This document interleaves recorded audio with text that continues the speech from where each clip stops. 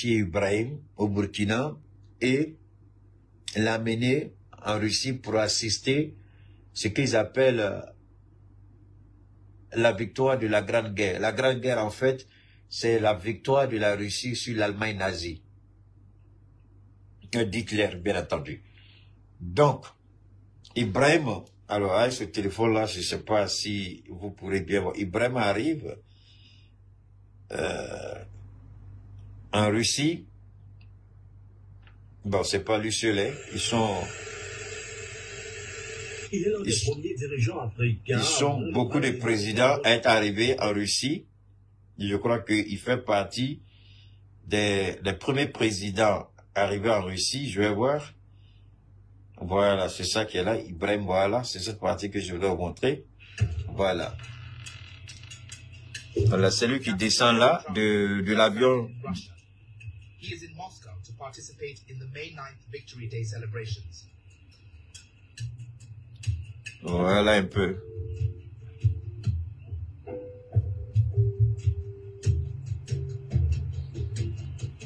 A highly symbolic event commemorating Russia's victory in World War II. This visit underscores a growing relationship between Burkina Faso and Russia. Bon, Reflecting Traoré's efforts. Ce n'est pas tout, hein. Ici,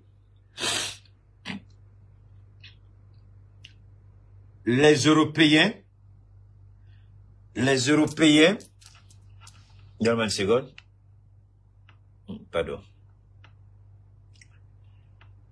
les Européens, et particulièrement Zelensky, d'abord, les Européens avaient menacé tous les présidents proches de Poutine, ils les ont menacés de représailles si ils participent à cette commémoration. Ça, c'est ce que l'Union européenne avait décidé. Donc, tous les présidents ou les premiers ministres proches de Poutine ont été menacés de représailles. Et ce n'est pas tout. Ils ont demandé et à la Pologne et puis à un autre pays là de fermer leur espace aérien à ces présidents ou premiers ministres qui veulent aller. Donc quand c'est comme ça devient compliqué pour eux de quitter l'Europe. Pour que vous puissiez bien comprendre pourquoi Poutine a envoyé son avion chercher Ibrahim, rappelez-vous de ce qui s'est passé, l'information qui nous a été donnée par le ministre de la Sécurité de Burkina relativement à la tentative d'assassinat. Le projet d'assassinat qui était orchestré depuis la Côte d'Ivoire par Alassane Ouattara. Et d'ailleurs, c'est à la suite de cette dénonciation que vous avez vu le monde se manifester, le monde se mobiliser pour Ibrahim. Dans le dicton chez nous en Afrique, Ibrahim, on l'appelle Nangamadé. C'est-à-dire que il y a des gens, il faut faire beaucoup attention avec eux quand vous vous attaquez à eux. Il faut faire beaucoup attention quand vous pensez que c'est des gens un peu comme ça, comme ça. Donc, depuis cette dénonciation de l'État de Burkina, par rapport à cette tentative, d'ailleurs même la Russie avait vigoureusement condamné, et la Russie même, autant pour moi, avait proposé ses services. Et je crois même à la suite de cela, bon, vous avez vu sur les réseaux, vrai ou faux, j'ai pas le faux correct, qu'il y a eu à peu près des éléments de force spéciale, ils ont donné un truc comme ça là qui a été déjà appliqué quoi. Et donc déjà il y a des gens qui sont au Burkina, mais je pense que c'est des choses auxquelles moi je crois pas trop. Bon, vrai ou faux, je sais pas puisque ce n'est pas officiel. Alors parce que quand on donne ces genres de communication là, il faut qu'on ait la véracité quand même des choses. Mais il y a deux personnages qui ont marqué, deux présidents qui ont marqué cette commémoration, deux présidents. Le président chinois Xi Jinping et Ibrahim Traoré. Xi Jinping était l'invité, je dirais pas spécial, mais il était comme invité d'honneur. Et Ibrahim est l'invité particulier, pour ne pas dire l'invité spécial de Poutine à cette célébration. C'est un message clair. La Chine, n'oubliez pas aussi, regardez, ces deux présidents-là, il y a une symbolique que je voudrais développer avec vous. Merci beaucoup, l'enfant prodige. Écoutez très bien. La Chine est dans une guerre commerciale avec les États-Unis. Et Poutine tend la main à la Chine. Réfléchissons ensemble. Ibrahim, depuis les laboratoires obscurs de la France-Afrique, installés en Côte d'Ivoire, avec l'implication directe, je voudrais d'abord lever l'équivoque ici. Le général américain dont il est question, celui qui a accusé faussement le Burkina Faso, je vous en prie, faisons beaucoup attention. Cette accusation est du fait d'Alassane Ouattara, ça c'est un. Ce général qui était à Abidjan, voire même à Assini, discuter avec Ouattara de l'implantation d'Africom, c'était encore sous l'égide présidentielle de Joe Biden.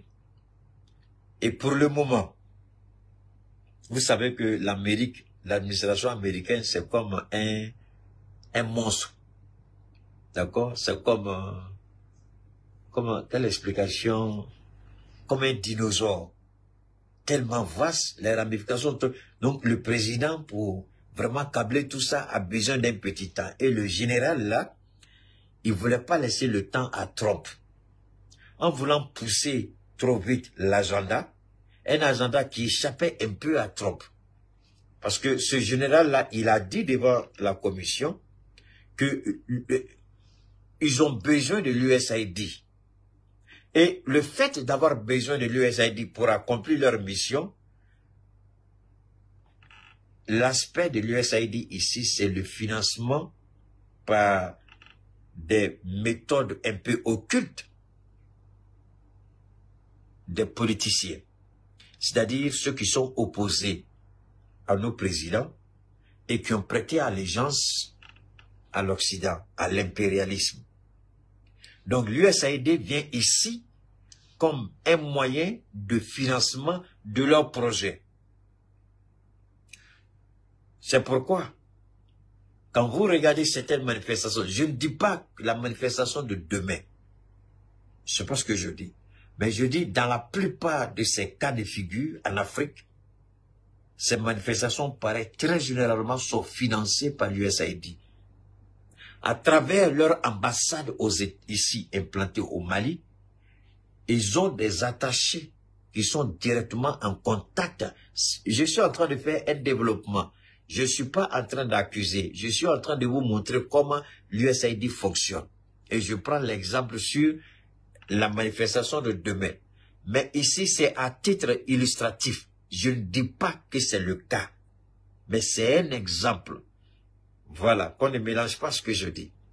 Alors donc, quand le représentant, l'attaché politique de l'ambassade, il rentre en contact avec des hommes politiques dans un pays, particulièrement et précisément, par exemple au Mali, il prend contact avec eux. Vous avez besoin de quoi pour financer vos activités? Nous, on a besoin de ça, on est muselé, on veut parler, on va faire ça, on est d'accord. On met les moyens à votre disposition et on vous soutient politiquement. Voilà ce que l'USAID, à travers l'ambassade des États-Unis implantée au Mali, à travers l'attaché politique ici à l'ambassade, voilà comment ils arrivent à déstabiliser nos pays, à financer des activités contre nos gouvernements. Bon. Quand vous n'avez pas une communication assez poussée pour comprendre ces choses-là, c'est facile pour vous. C'est pourquoi je dis, quand je parle de planification, de stratégie, c'est tout ça que je parle. Parce que quand tu sais que l'USAID passe par ses moyens, tout de suite tu sais comment il faut déstabiliser ces politiciens sans les insulter. Tu sais comment les déstabiliser tout de suite. Parce que pour qu'eux, ils aboutissent à leur fin, pour qu'ils atteignent leurs objectifs, il faut qu'ils arrivent à faire certaines choses, mais vous anticipez et puis vous les bloquez. Alors partout où les gens ont compris le mécanisme de financement des activités politiques de certains politiciens, tout de suite les gens ont compris. Parce que là aussi, le service de renseignement, c'est-à-dire la sécurité intérieure du pays, participe à cela. La sécurité mène des investigations et la sécurité tout de suite, pap, peut intercepter comme le Burkina l'a fait. Le Burkina a intercepté les communications. Mais qui vous dit que l'USAID qui est en Côte d'Ivoire n'est pas directement impliqué dans ce qui se prépare contre le Burkina Faso. Vous connaissez qu'Alassane Ouattara, le minable, là, un pingre comme ça, va prendre son argent et puis investir. Lui qui a surrendaté la Côte d'Ivoire, il va prendre son argent pour aller déstabiliser le Burkina, l'AES, non? Il va dire qu'il a besoin d'argent. Les gens vont lui dire, on t'a donné suffisamment d'argent. Mais s'il ne peut plus avoir l'argent avec eux, il est obligé de se retourner vers qui? Vers des organisations comme USAID. Pour financer ça. Je ne dis pas que c'est le cas, mais moi je suis en train de présenter les différents scénarios. Donc ici au Burkina, voilà le président du Burkina qui arrive. Et il y a deux présidents qui ont attiré l'attention des journalistes occidentaux. L'arrivée spectaculaire d'Ibrahim avec l'avion présidentiel russe et l'arrivée du président chinois Xi Jinping. Alors, comment un petit pays comme le Burkina peut se retrouver sur la scène internationale avec une telle popularité? Mais cela est lié au fait que, quand on veut s'attaquer, le capitaine Ibrahim Traoré est un véritable communicateur. Il n'a pas besoin de faire des grands études ou des gros diplômes en communication. Il est en contact avec son peuple, il est collé à son peuple, il parle le langage que son peuple comprend. Et ce langage-là, le monde le comprend. Et il ne tourne pas autour du pot. Il est celui qui fait aujourd'hui la politique de façon propre. Il dit, vous ne voulez pas qu'on dise ces choses-là, on va les dire. C'est Ibrahim qui a dit ça. Vous ne voulez pas que le peuple sache ce que vous faites, on va le dire. C'est quand vous faites la politique de l'hypocrisie. Vous ne dites pas, vous faites de la rétention, c'est là que vous permettez à ceux qui veulent vous déstabiliser de passer par les moyens pour... Mais quand vous dénoncez les actes et les actions de ces gens-là, attention, attention, attention. Il y a quelque chose là qui se joue. Et Ibrahim a dit, je ne cacherai rien, je vais tout dénoncer. Je ne cacherai rien, je vais tout dévoiler. Et c'est le fait de dévoiler aujourd'hui qui attire la sympathie de ce monde-là, qui aujourd'hui, beaucoup sont prêts aujourd'hui à venir se battre aux côtés du peuple burkinabé pour préserver, parce qu'ils se disent, voilà quelqu'un qui a osé dire non. Mais quand Ibrahim s'attaque, mais les gens pensent, réfléchissons un peu, pourquoi Ibrahim est devenu si célèbre? Réfléchissons un peu. Quand ils s'attaquent aux intérêts occidentaux, on peut se dire, ils vont fermer les portes de financement. Mais Ibrahim a compris, il n'a plus besoin de financement de l'impérialisme. Il n'en a pas besoin.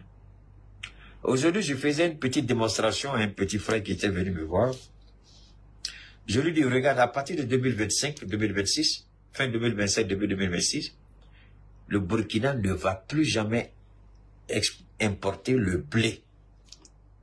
Le Burkina même va produire le blé et le transformer.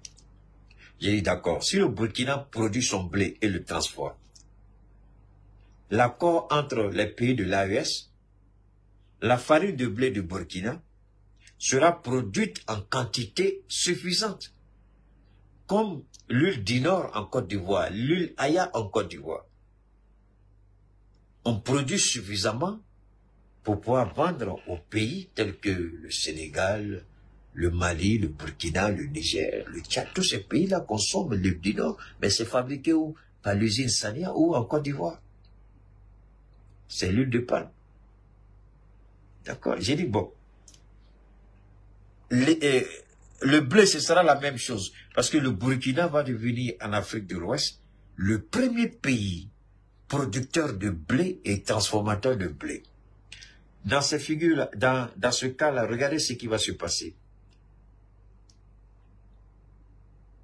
Le sac de 50 kilos, farine de blé, va coûter moins de 10 000 francs CFA. Et ceux qui achètent le blé à l'extérieur, qui viennent le transformer ici, dans nos pays, le vendent au-delà de 15 000, 17 000, 18 000. Alors, un Burkina qui vient vendre son blé au Mali à 9 000 ou 10 000 francs le sac, et toi tu vends ton sac à 17 000, même à 15 000, mais qui va laisser le sac, le blé du Burkina de bonne qualité et moins cher, et puis aller acheter toi ton blé de 15 000, qui va faire ça? Mais il a fallu que Ibrahim soit président au Burkina pour qu'on voie ça. C'est à cause de tout ça que les gens veulent le liquider. Ce n'est pas seulement qu'il parle, il passe pour inaugurer. Et quand il fait une inauguration, il lance un défi au chef d'entreprise. Voilà ce qu'on voudrait que vous soyez, ou l'objectif à atteindre dans combien de mois, dans combien d'années. Il dit, il est parti, mais lui va vous regarder. Vous avez besoin d'accompagnement, il est là. Donc c'est à cause de ça. Parce que Ibrahim est en train de travailler exactement dans la philosophie de Poutine. Et quand Poutine faisait ça, il a été beaucoup discret. Mais nous, on le fait, c'est à dessein. Quand Poutine faisait ça, les gens ne croyaient pas à lui. On l'a dénigré, on l'a insulté, on l'a humilié, on a même tenté tout ça. Mais quand Poutine prend une décision, il va en guerre, on dit, ah, c'est fini pour lui, il est tombé dans notre piège. Les gens se rendent compte que c'était le sable belé qui était en train de se développer sous les feuillages. On ne savait pas qu'il était devenu un python, un serpent bois, un anaconda qui peut tout avaler. Maintenant, on a peur. Poutine est là, il n'a plus besoin d'eux. Et il se développe. Mais Poutine a un marché d'1 milliard. La Chine. Il a d'autres marché d'1 milliard et quelques. L'Inde. Est-ce que Poutine a besoin de l'Europe? Même du G7 ou G20? Les deux pays-là seulement suffisent à Poutine pour ne pas mourir de faim. L'Inde et la Chine. Alors Ibrahim, Poutine nous a honorés, nous, au sein de l'AES.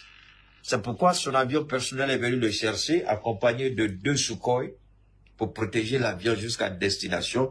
Parce qu'Ibrahim est devenu une darera, Ibrahim est devenu quelqu'un de spécial, Ibrahim est devenu une chose tellement importante, pas une personne, mais une chose. Une personne, oui, c'est un être vivant, mais une chose, la symbolique qu'il représente, l'espoir qu'il suscite, fait que Ibrahim aujourd'hui, partout où il se déplace, si tu n'es pas suffisamment fort pour avoir une sécurité, comme Poutine, tu ne peux pas inviter Ibrahim. Lui ne va pas t'exiger ça, c'est un gars qui est simple. Mais toi-même, tu te dis, tu ne peux pas inviter Ibrahim. Parce qu'inviter Ibrahim chez toi aujourd'hui, c'est avoir tous les projecteurs sur toi. Donc, Ibrahim est en train, aujourd'hui, il est devenu cette darera que beaucoup de pays rêvent avoir comme président. Il est simple. Mais regardez-le, il descend de l'avion avec son arme au poing. D'accord? Regardez, il avec son arme est là, hein? Il laisse pas son arme. Et sa tenue là, il n'enlève pas. Voilà, vous pouvez le regarder.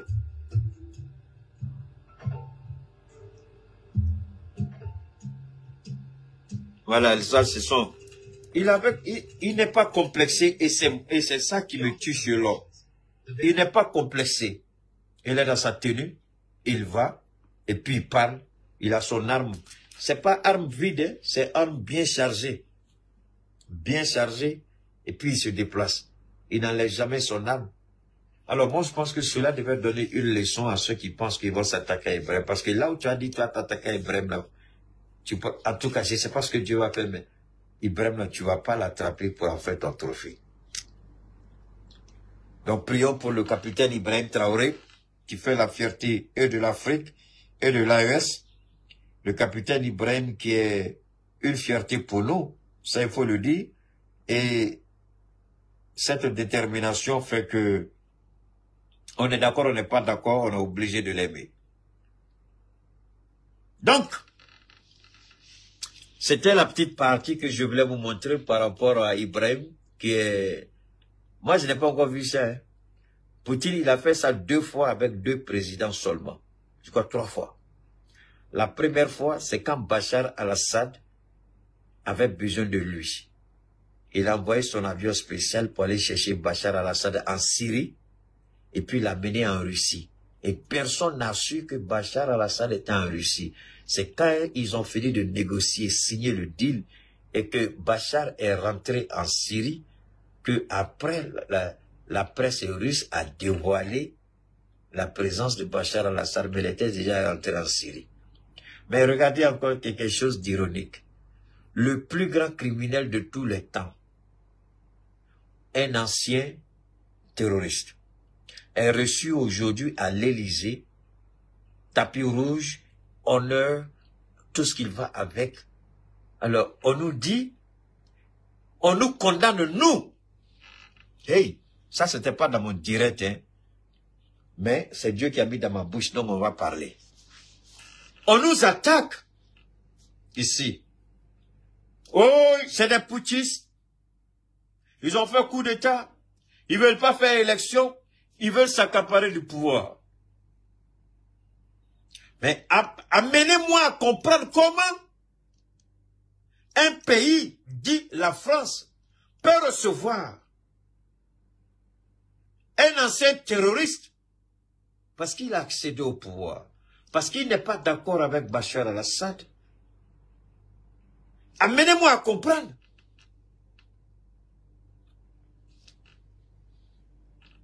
I can't believe it. C'est difficilement compréhensible pour nous.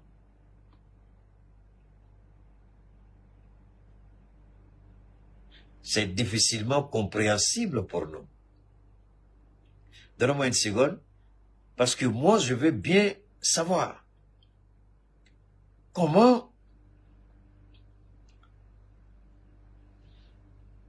le président syrien actuel,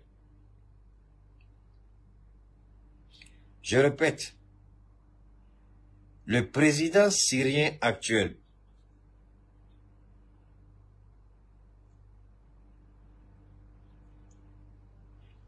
une fois de plus, je répète, le président actuel de la Syrie, c'est un ancien, même pas un ancien, c'est un terroriste, un criminel. Il est reçu avec honneur, tapis rouge à l'Élysée au moment où je vous parle.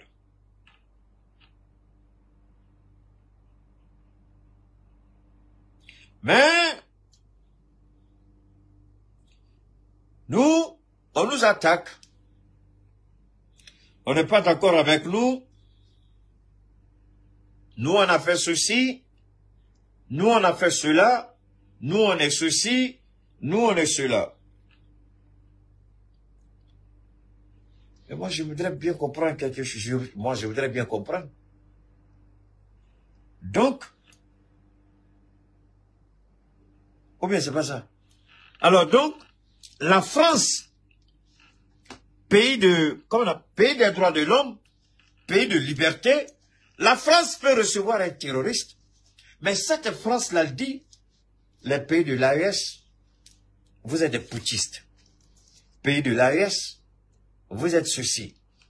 Vous ne voulez pas organiser d'élection, vous ne voulez pas faire ceci, vous ne voulez pas faire cela, on nous attaque par-ci, on nous attaque par-là, on nous dit ceci, on nous dit cela. Alors nous, la question qu'on se pose, depuis quand le pays de Macron, depuis quand ce pays-là, permettez-moi, hein, parce que je voudrais il faut qu'on soit bien d'accord sur certaines choses. Si la France peut recevoir un terroriste au motif qu'il est président, d'ailleurs, par quel moyen est-il devenu terroriste? Ça fera le président. Est-ce que Assimi Goïta, une fois, s'est prévalu d'être un terroriste? Non. Ibrahim, non. Le général, non. Alors, donc, la France reçoit un terroriste avec honneur militaire. Et nous,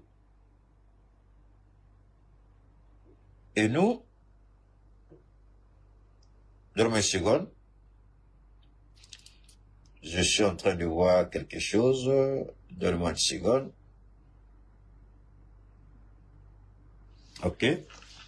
Voilà. J'avais un petit souci là avec la tablette. On vient de gérer ça tout de suite.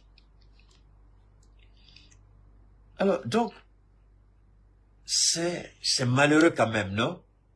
C'est vraiment malheureux que la France, je le répète, hein, c'est vraiment malheureux que la France, qui se dit pays des droits de l'homme, nous dise que nous avons des présidents putschistes chez nous, et cette même France-là, cette même France se permet de, si je me permets l'expression, de recevoir avec tous les honneurs à l'Élysée. Ah, là. Le mari de alias Brigitte Macron. Le mari de alias Brigitte Macron. Et l'homme, Dieu est fort. Dieu est fort. Mais regardez, écoutez ceci pour comprendre ce qu'il y a en jeu. Hey, subhanallah. On va revenir ici, hein. Ne soyez pas pressés. On va faire écouter ça. Parce qu'il faut que je vous montre ça, sinon c'est pas bon. Hein? Comme un président, moi je regarde toujours, j'ai du mal à comprendre, je réfléchis, je dis, ah, je n'arrive pas à comprendre. Bon, qu'est-ce que le gars il a de si particulier? Et nous là, nos présidents, ah, ça c'est fort. Ça c'est fort, ça c'est fort, ça c'est fort. Je suis en train de chercher, peut-être que j'ai trouvé pour vous, d'accord? Hey, Allah. C'est bon, c'est pas la peine ça. Je sais que vous avez déjà vu, ça nous fait perdre du temps. Mais seulement, gardez en esprit que Macron a reçu le président de la Syrie qui est un terroriste. C'est pas un ancien terroriste, c'est un terroriste. Il avait été arrêté par les États-Unis. Il a été emprisonné. Il est sorti de prison. Et d'ailleurs, il a fait croire qu'il s'est reconverti. Mais quand vous regardez la Syrie, la guerre a repris. La guerre a repris de plus belle. Il y a les... Bon, ça va. Je ne vais pas rentrer dans tous les détails, mais vous devez savoir que c'est pas ça. C'est pas ça. C'est pas du tout ça. C'est décevant.